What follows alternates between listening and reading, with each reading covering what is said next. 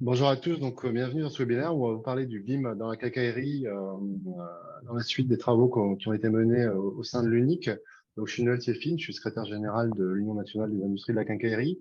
Interviendront dans ce webinaire donc Eric Pourquet, qui est directeur des fermetures Groom Bonjour. et qui est également administrateur au sein de l'UNIC et qui était spécialement en charge de la conduite de ce dossier de l'UNIC qui a été commencé en 2019. Donc, c'est un dossier de longue haleine.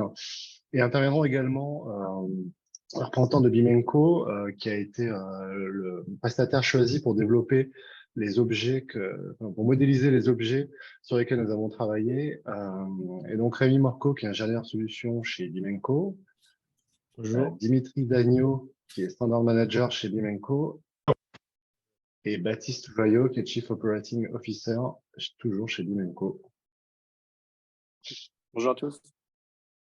Donc, au niveau de l'ordre du jour, on va donc vous présenter les travaux qu'on a réalisés et qu'on a conduits au sein de l'UNIC, tant au niveau des objectifs de la méthodologie qui a été utilisée et des propriétés qui ont été retenues aussi pour tous ces objets, sachant qu'on a travaillé sur 3 catégories de produits qui sont les fermes-portes, les serrures monopoints amortisées et les fermetures centrales de fenêtres.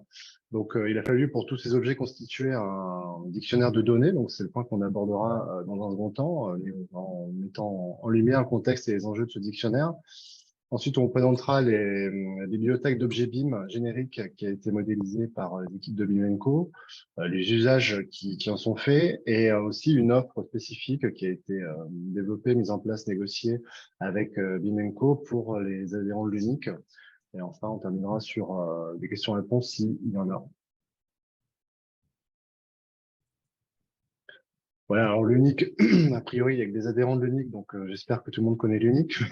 Donc, on est un syndicat qui apprend les fabricants de serrures, de systèmes de gestion d'accès, de ferrures, de portes et fenêtres, de fermes de portes et d'anti-panique. Voilà, donc de manière globale, tous les fabricants de pièces de quincaillerie du bâtiment, où on a des représentatifs sur le secteur, et représentatif de toutes les tendances de la profession, PME, ETI ou grands groupes françaises, européennes ou mondiales. Voilà. Voilà, donc le travail qui a été conduit, donc le rôle de l'UNIC, en fait, c'est de répondre aux enjeux et d'accompagner les entreprises qui sont adhérentes au syndicat sur les enjeux du monde économique.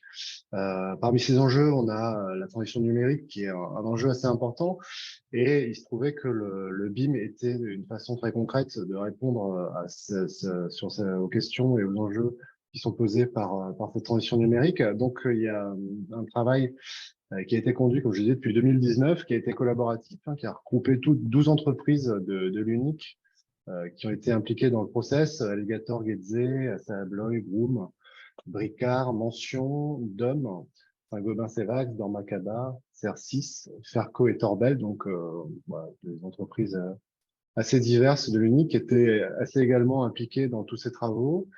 Alors, les travaux ont été conduits par un groupe d'animateurs. On avait un groupe d'animateurs par catégorie de produits, donc avec Pourquet qui s'occupait des fermes-portes. On avait Sylvain Tesper qui est chez Non, Ferco qui s'occupait. moi, c'était l'ensemble du projet et il y a cet EFI pour les fermes-portes.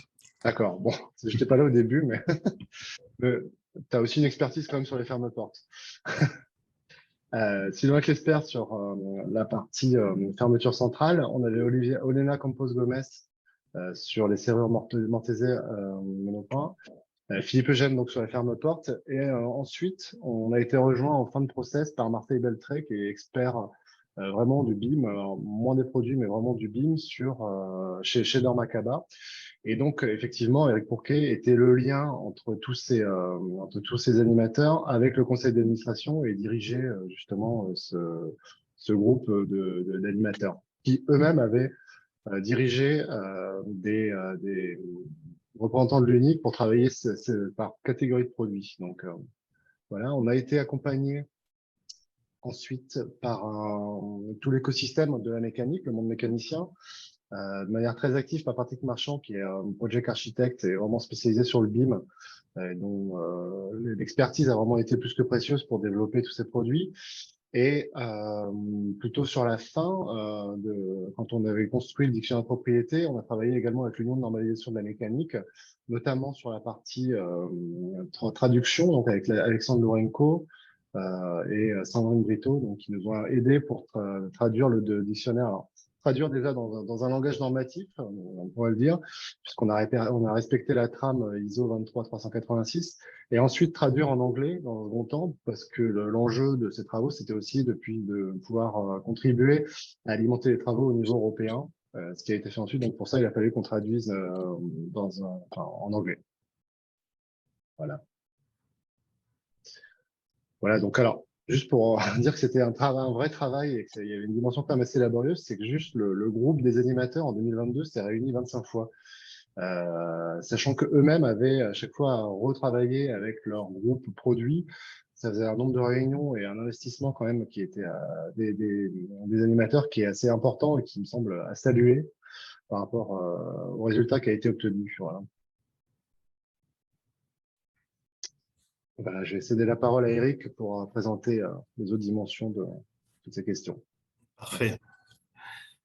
Donc, merci Noël. Donc, quels étaient notre objectif quand on a décidé de lancer ce projet dictionnaire de propriété BIM pour la quincaillerie?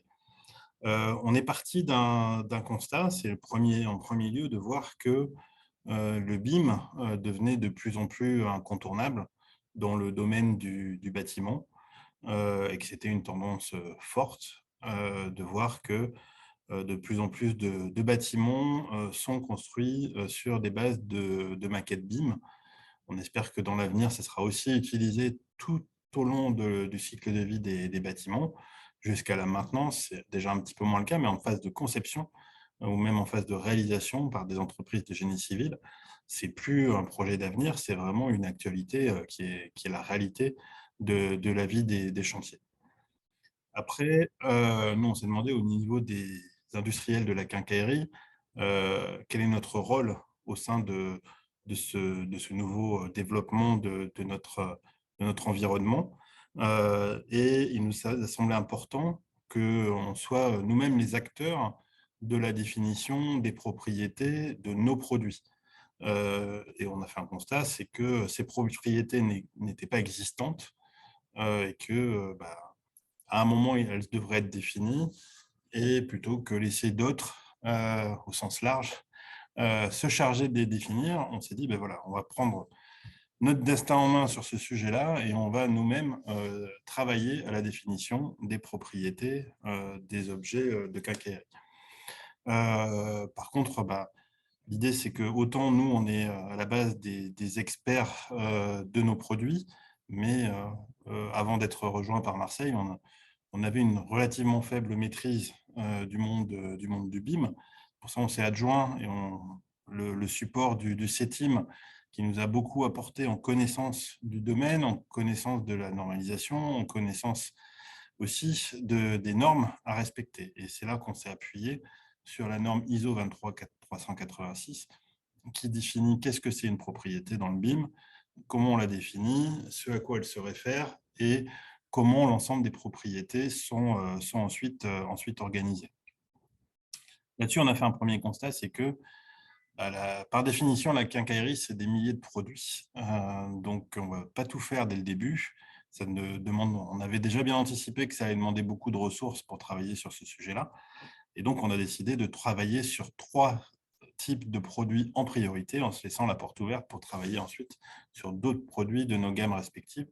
C'est pour ça qu'on a décidé de mettre en place 3 groupes de travail, un sur les fermes-portes, un sur les serrures monopoints amortisées et un sur les ouvertures centrales de fenêtres.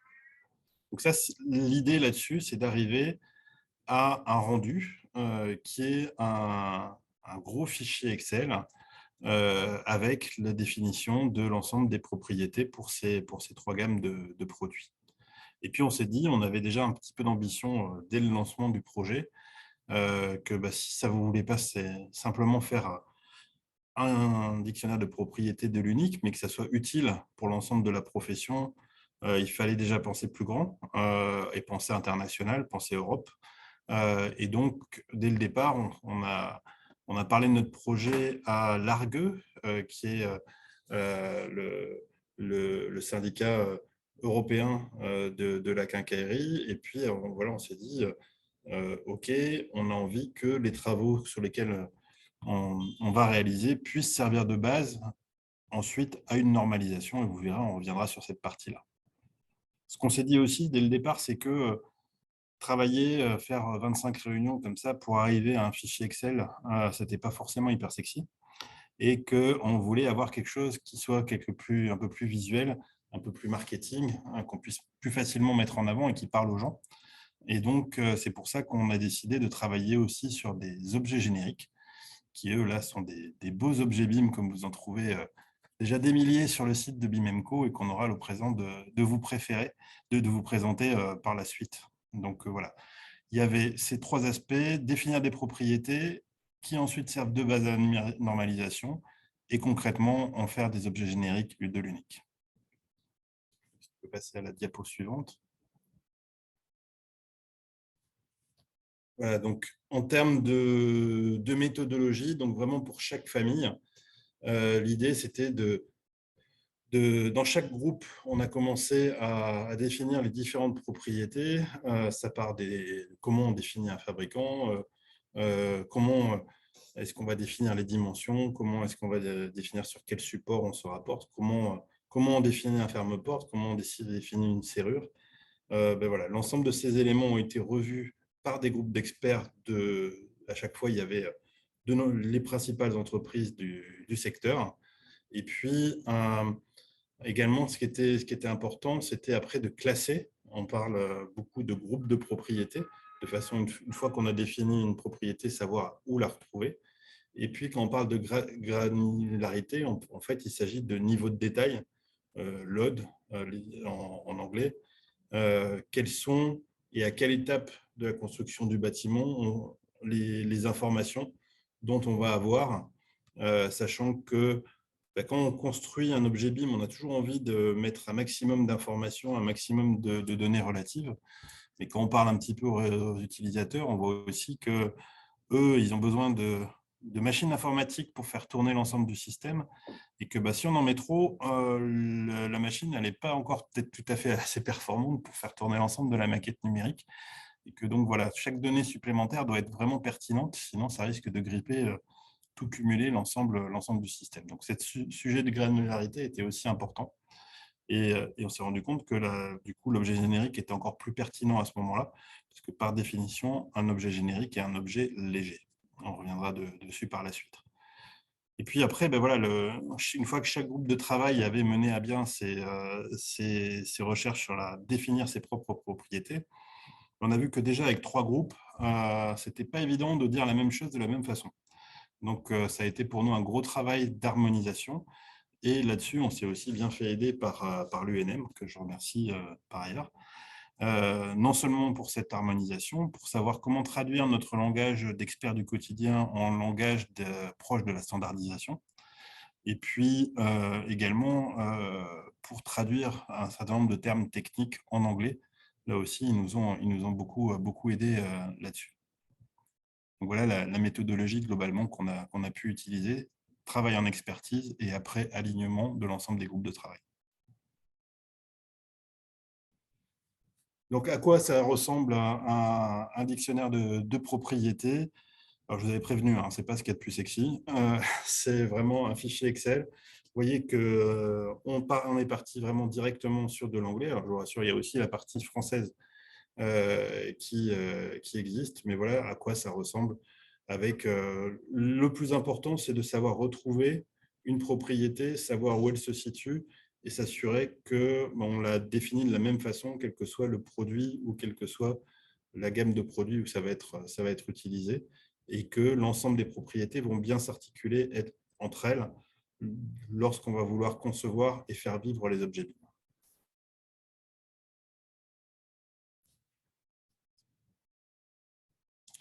Donc, globalement, à l'issue de nos travaux, on a défini 94 propriétés différentes qui valent pour l'ensemble des 3 gammes de produits qu'on a définies. et elles-mêmes, on les a regroupées au sein de 9 groupes de propriétés. Et ça nous a paru relativement exhaustif.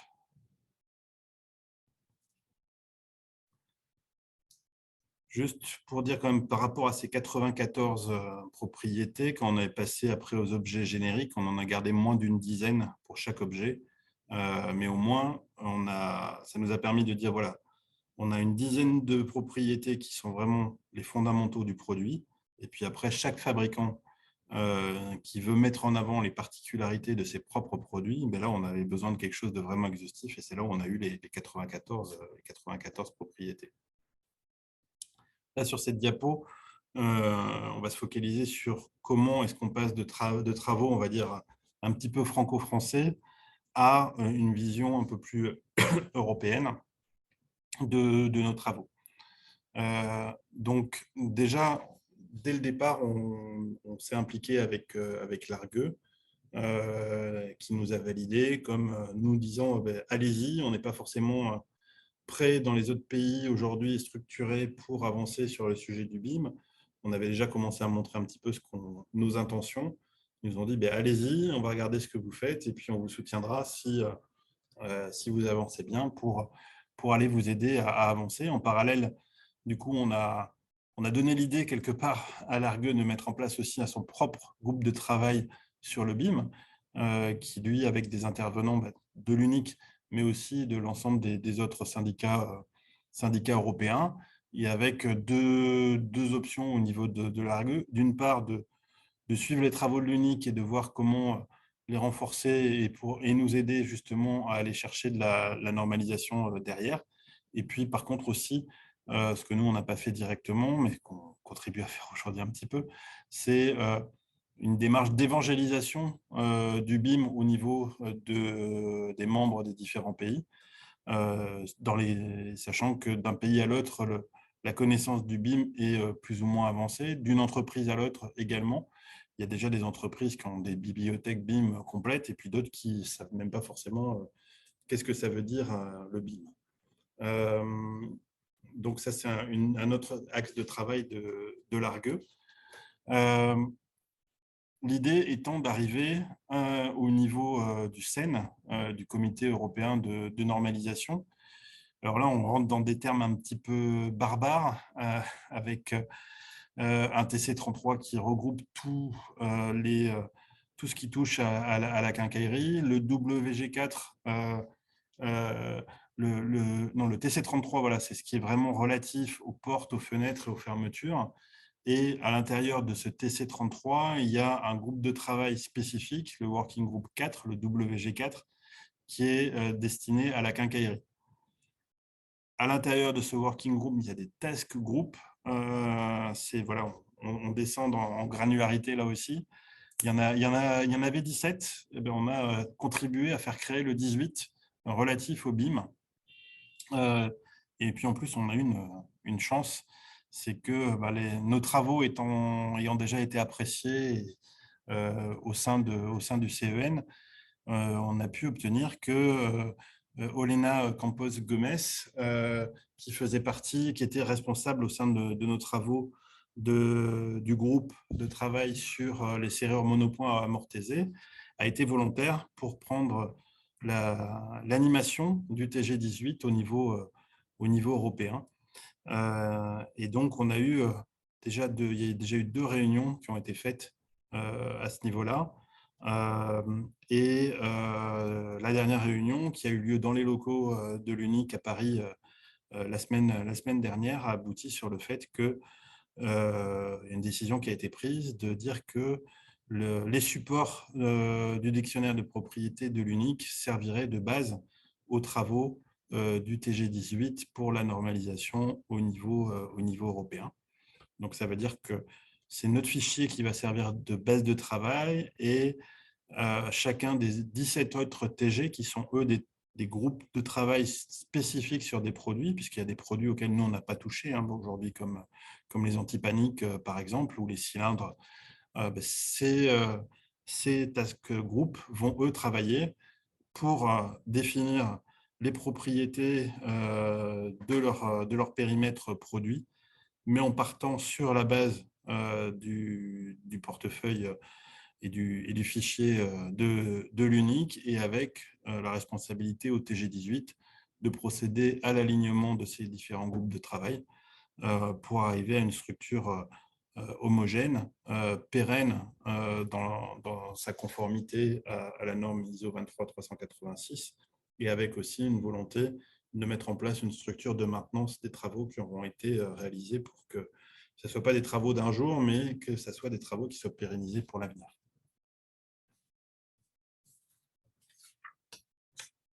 J'ai fini avec ce diapo. Donc, voilà, ça c'est la dernière, on avait globalement le sourire, on venait de finir nos travaux. C'était une chance de voir encore les locaux de l'UNIC parce qu'ils vont bientôt déménager au sein des locaux de la FIM à La Dépense. Mais voilà, on a eu le plaisir d'accueillir nos collègues européens impliqués dans ce domaine. Et donc, vous voyez sur la droite Olena, qui prend le relais maintenant pour aller sur la partie normalisation de nos travaux.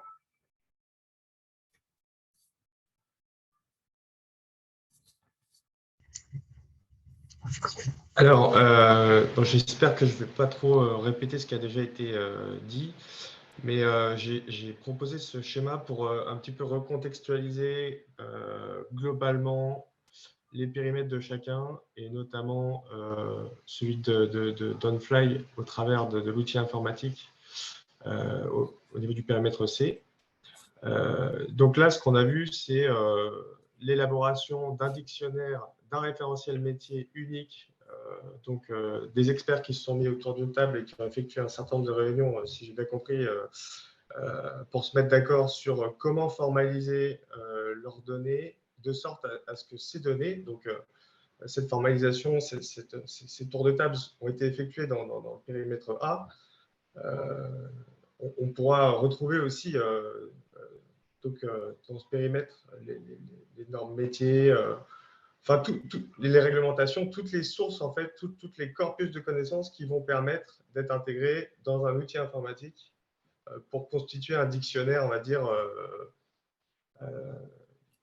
qui va suivre, donc on en a parlé, la ISO 23386, mais ça qui permet d'encadrer, de guider la gestion des dictionnaires de données. Mais cette norme, elle est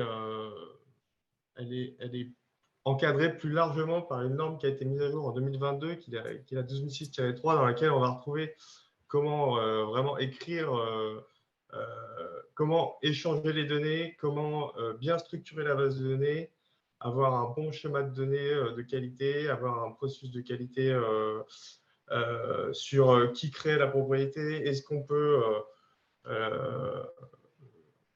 qui est expert sur cette propriété, etc. Une expérience utilisateur aussi qui est importante au niveau de l'outil aussi qui est à utiliser pour recevoir donc la source, ce qui a été défini en amont en matière de corpus de connaissances, quoi. Donc voilà, il y a aussi le périmètre B qui constitue plus l'aspect normatif qui a été évoqué par Eric. Bon, voilà, on a tendance à un petit peu mélanger ces trois périmètres. Voilà, j'ai proposé ce schéma pour resituer un petit peu le contexte global. Dans le périmètre C, donc nous, on va identifier un fly à ce périmètre C pour justement proposer le début de source, enfin même le gros travail de source qui a été effectué au sein du fichier Excel par l'UNIC, qui est déjà en lui-même un dictionnaire de données structuré parce que les champs ont été appliqués selon la 23386, donc on est déjà sur un travail de qualité. Ensuite, nous, on va appliquer donc la 2006-3 pour vraiment avoir un schéma de données parfait pour que l'utilisateur s'y retrouve dans les différents niveaux de l'outil, on va dire ça comme ça.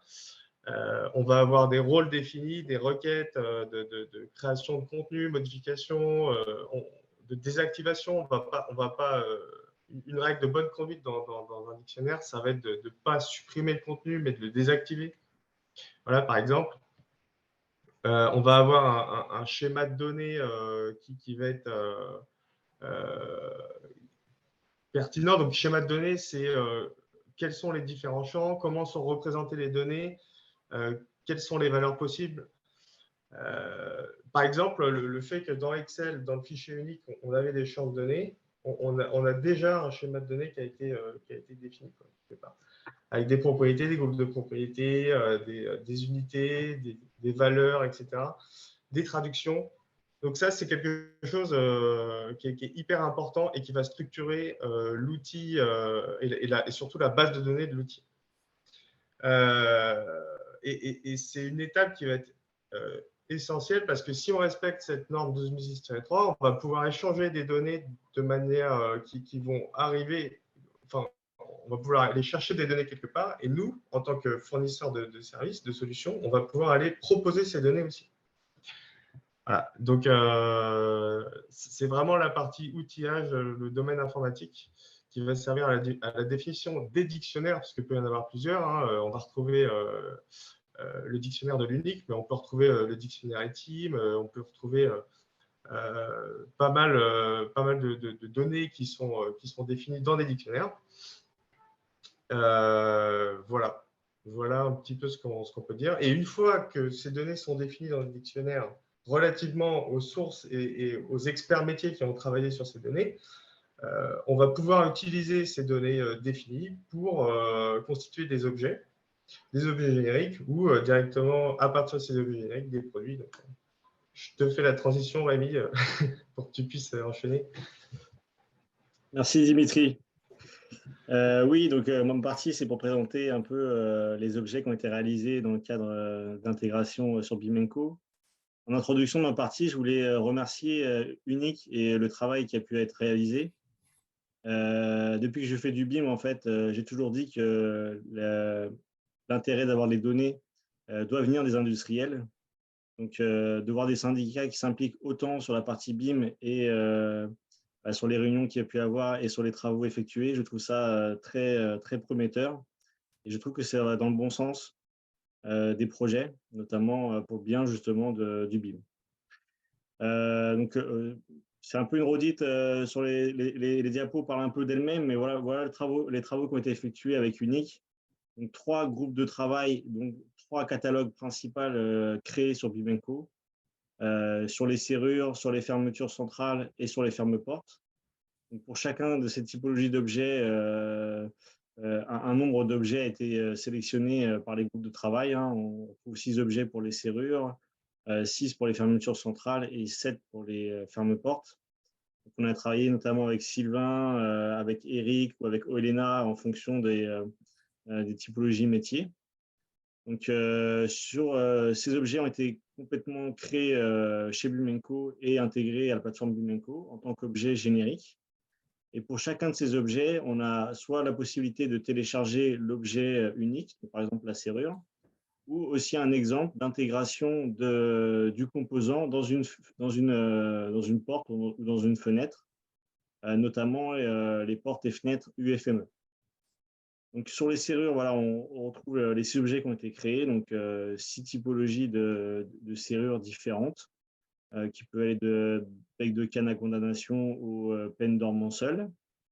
Donc, on a 6 objets génériques pour cette partie-là. Pour le suivant, des ferme-portes. Donc, on en a 7 cette fois-ci. Donc, différents types de ferme-portes. Voilà, pivot de sol, encastré, bras glissière. Et pour la fermeture centrale, donc c'était les objets les plus techniques qu'on a dû intégrer. Donc voilà, 2 typologies différentes. Donc d'un côté pour les fenêtres, d'un côté pour les coulissants. D'ailleurs, il manque 2 petites images, bon, c'est pas grave. Donc en général, voilà, soit un ventail, soit 2 ventails qui ont été intégrés complètement. Voilà pour le tour de table. Et merci encore pour la collaboration. C'était un réel plaisir. Et juste pour info, les 2 derniers objets pour fermeture centrale ont été publiés aujourd'hui.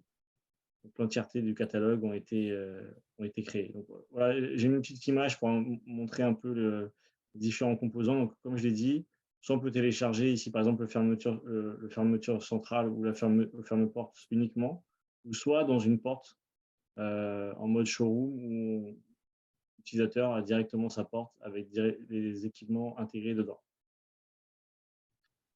Voilà. Et tout ça, c'est aujourd'hui disponible au format Revit. Donc, c'est le format privilégié quand on parle du BIM.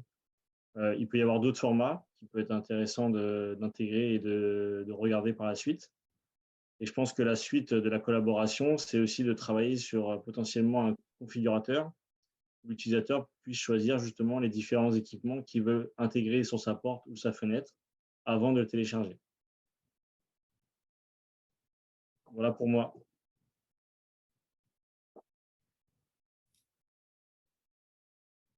Merci Rémi. Donc moi je vais boucler la boucle. Alors on a créé le contenu, on a publié ces objets génériques donc sur la plateforme et après 2 mois donc de mise en ligne, on a pu commencer à avoir un retour d'expérience. Donc on a eu 140 visualisations des objets en ligne, plus de 160 téléchargements. Donc en 2 mois et une trentaine de contacts en fait d'utilisateurs finaux qui ont eu le besoin d'aller rechercher ce type de contenu. Donc spécifique quincaillerie sur le périmètre qu'on a pu expliquer auparavant.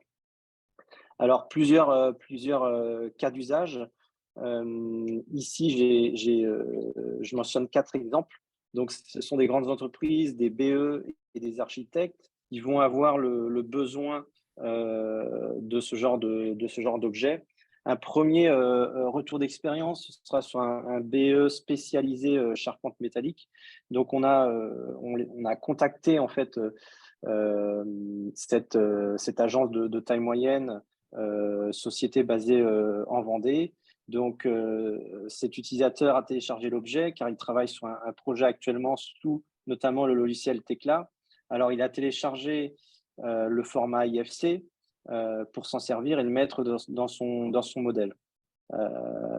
Seulement, il nous a dit que ici, l'objet ne correspondait pas forcément à son attente parce que la cote n'allait pas. Parce que lui, il souhaitait avoir un objet beaucoup plus spécifique, notamment un objet fabricant avec plus de données dedans pour s'assurer que l'objet pourra être derrière installé. Voilà.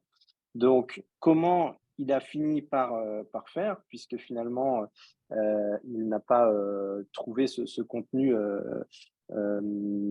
fabricant, il a dû tout retracer en DWG 2D. Voilà. Donc, finalement, il l'a intégré uniquement sur plan 2D, car il n'a pas trouvé de fichier 3D, notamment d'un fournisseur sur cet objet. Voilà. Donc, il y a plusieurs chemins possibles, plusieurs cas d'usage, et ça, c'est un premier retour d'expérience qui nous permet justement de bien comprendre la demande côté utilisateur, de bien comprendre qu'il y a beaucoup de logiciels aussi utilisés. Et ici, il a pu voilà, télécharger le format IFC pour son cas d'usage.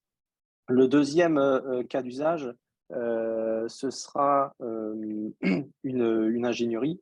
Donc, vous voyez ici, c'est un Gérop qui l'utilise et qui a finalement utilisé par une personne avec une compétence différente de ce qu'on pourrait imaginer.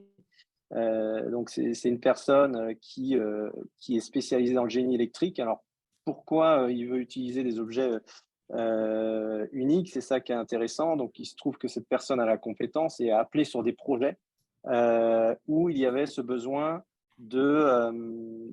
d'objets sur le périmètre quincaillerie. Donc, il a téléchargé l'objet unique serrure 1 point amortisé et il a finalement pu l'intégrer dans son projet. Voilà. Le troisième retour, et ce sera le dernier, donc ce sont des architecte d'intérieur spécialisé dans les cafés, hôtels, restaurants et aussi industriels. Donc, ils font une dizaine de projets par an sur Revit. Et eux, ils ont pu télécharger le showroom ferme-porte unique qui est présent cette fois-ci sur la plateforme. Il a pu utiliser l'objet en modèle en phase esquisse d'un projet d'hôtel. Et donc, c'est un utilisateur qui utilise toutes les plateformes du secteur et donc également nos confrères que vous connaissez certainement. Dans cette phase, ils nous partagent aussi le retour d'expérience très, très positif sur ces objets génériques uniques qui font avancer, qui décrit comme très fonctionnel et réellement utile dans le projet, en tout cas dans le projet d'hôtel en cours, en phase esquisse. Ce qu'il déplore à côté de ça, c'est plus qu'il a des difficultés à trouver le bon produit vendu par telle marque et doit s'adapter à chaque fois. Voilà. Donc ici, il est vraiment sur une prescription très importante auprès de la maîtrise d'ouvrage pour derrière avoir le bon produit commandé auprès d'un fabricant ou d'un industriel.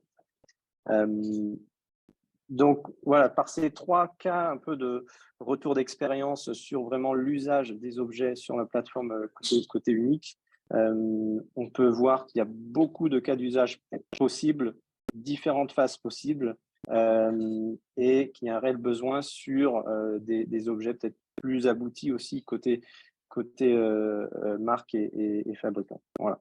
Mais en tout cas, ça montre bien que le travail réalisé par l'unique ici fait avancer les choses parce que c'est des objets qu'on ne voit pas non plus forcément partout. Voilà.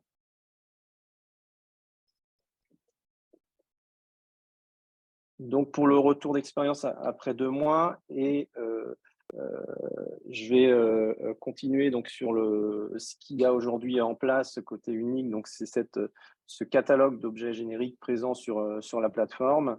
On pourrait imaginer aussi un accès directement sur le site web unique demain. Et dans ce cadre-là, on a pu donc discuter d'un partenariat avec des offres plus spécifiques justement pour faire la continuité de ce qui a été réalisé avec les objets génériques pour contribuer en fait aux membres uniques. Donc ici, on a 2 offres sur lesquelles vous pouvez aussi souscrire, demander des informations avec des tarifs négociés grâce au partenariat et au membership de l'unique. Voilà. Sachez que si vous souhaitez construire votre catalogue à votre propre marque sur le portail Bimenco, il y a un forfait pour que l'on puisse reprendre les objets génériques et les transformer en objets fabricants sur la plateforme, à votre marque. Voilà. Donc, c'est aussi ça tout le travail qui a été réalisé, qu'on puisse le mutualiser et en faire profiter aussi à tous les membres de l'unique. S'il y aura des questions, surtout n'hésitez pas non plus. J'en ai fini du coup pour ma partie. Je me permets juste d'intervenir en complément. Oui. Donc effectivement, nous de notre côté, on s'est dit que déjà on avait beaucoup apprécié la collaboration avec Bimemco et en tant que syndicat, on voulait aussi permettre au sein du syndicat, il y a des entreprises qui font partie de grands groupes et qui ont déjà un certain nombre de produits et d'objets BIM déjà développés. Déjà, on voit aussi que même au sein de ces grands groupes, du coup, parfois, c'est des développements qui ont lieu au siège. Et si on a un produit plus local franco-français, ben celui-là, il faut attendre pas mal de temps pour l'avoir. Donc, c'est aussi une alternative de passer par Bimemco en France. Et puis, il y a aussi un certain nombre d'entreprises qui n'ont pas encore commencé à travailler sur le BIM. Et une façon de s'assurer que nos dictionnaires de propriété soient utilisés, mais voilà, c'était de les rendre disponibles facilement à travers la plateforme et les développements de Bimemco. Et en plus, avec des tarifs préférentiels qui ont vraiment été négociés sur la base de notre partenariat avec Bimemco et dont on souhaite faire bénéficier l'ensemble des entreprises membres de l'unique. C'est pour ça d'ailleurs que il y a uniquement les membres de l'unique qui ont été conviés à ce webinaire parce que ce sont vraiment des conditions préférentielles que vous avez aujourd'hui. Moi, je veux aussi témoigner qu'en en tant que client de Bimemco, ils ont vraiment été super tout au long du projet. On avait une deadline qui n'était pas évidente à tenir puisqu'on les a présentés sur BIMworld et pour rien vous cacher, nous, on n'était pas tout à fait prêts, mais on voulait absolument pas rater cette fenêtre de tir. Ils ont été super disponibles, alors que nous, on avait nos agendas qui étaient déjà bien remplis, c'était pas évident de nous coordonner. Et en plus, ils sont super sympas, donc ça gâche rien. Donc nous, le retour d'expérience de travailler avec Bimemco a vraiment été positif et je ne peux que vous engager à bénéficier de ces autres privilégiés. N'hésitez pas à me contacter ou contacter Noël si vous voulez plus de précision là-dessus ou pour valider exactement comment votre entreprise peut bénéficier de ces sujets-là. Ou à contacter directement Bimemco naturellement, en précisant bien que vous êtes membre de l'UNIC. Merci Eric. Effectivement, on est complètement disponible s'il y a ne serait-ce que les moindres questions, hein, qu'elles soient techniques ou autres, hein, pour bien comprendre où vous en êtes et vous accompagner dans cette démarche pour assurer cette continuité aussi qui a été faite par l'UNIC jusqu'ici. Écoutez, donc s'il n'y a pas de questions, peut-être Noël, je te laisse conclure. Oui, merci à tous. Merci à tous pour cette présentation, sachant que l'intérêt aussi, c'était de pouvoir l'enregistrer et pouvoir communiquer assez largement auprès de nos adhérents. C'est vrai que les agendas sont un peu contraints pour tout le monde en ce moment. Donc, écoutez, elle sera mise en ligne aussi, je pense, sur les médias sociaux. Enfin, on va essayer de la promouvoir le plus possible, que ça s'avère comme une base de communication. Donc, merci à vous pour vos interventions de qualité et à bientôt, j'en doute pas. Merci. Merci à tous. Bonne soirée. Au revoir. À bientôt. À bientôt. Au revoir. Au revoir.